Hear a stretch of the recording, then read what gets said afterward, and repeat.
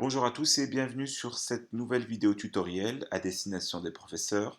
Aujourd'hui, on va s'intéresser à une des fonctionnalités avancées pour les professeurs, qui est la gestion des tâches et les favoris. Alors, première chose que je vais faire, comme d'habitude, c'est me connecter à mon compte professeur.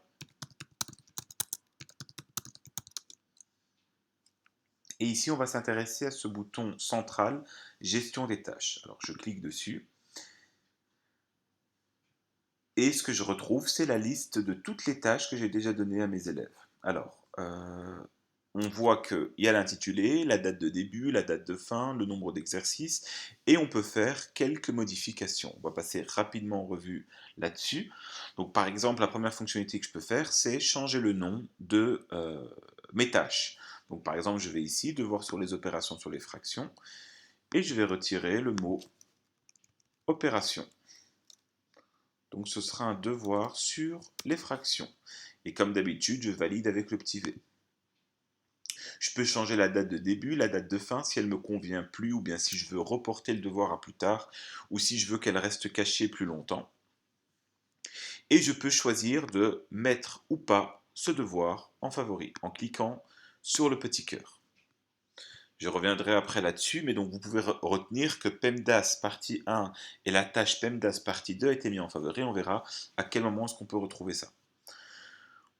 Si je clique sur la tâche et sur les exercices, je les retrouve juste en dessous. Et donc forcément, un des avantages de ça, c'est que je peux décider de retirer des exercices individuellement. Donc ici, j'ai toute la tâche qui est reprise. Ils me disent d'où a été pris l'exercice, donc de l'année 2 de calcul littéral. Je vois un énoncé, la réponse, et je choisis si oui ou non je veux le supprimer ou pas. Par exemple, cet exercice ne me plaît pas, j'appuie dessus et je confirme. Voilà, l'exercice est supprimé pour l'élève.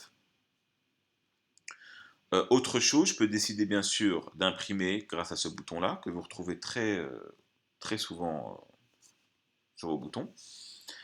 Et donc ici, je peux décider d'imprimer tout le devoir pour le donner, par exemple, pour que moi-même j'ai un correctif quand je le présente devant la classe.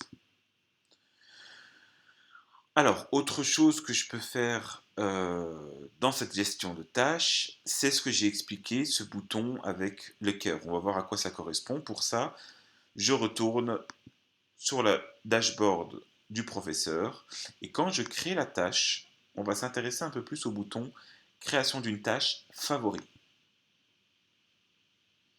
Et là, qu'est-ce que vous voyez? Les fameuses PEMDAS partie 1, PEMDAS partie 2 qui sont déjà enregistrées ici.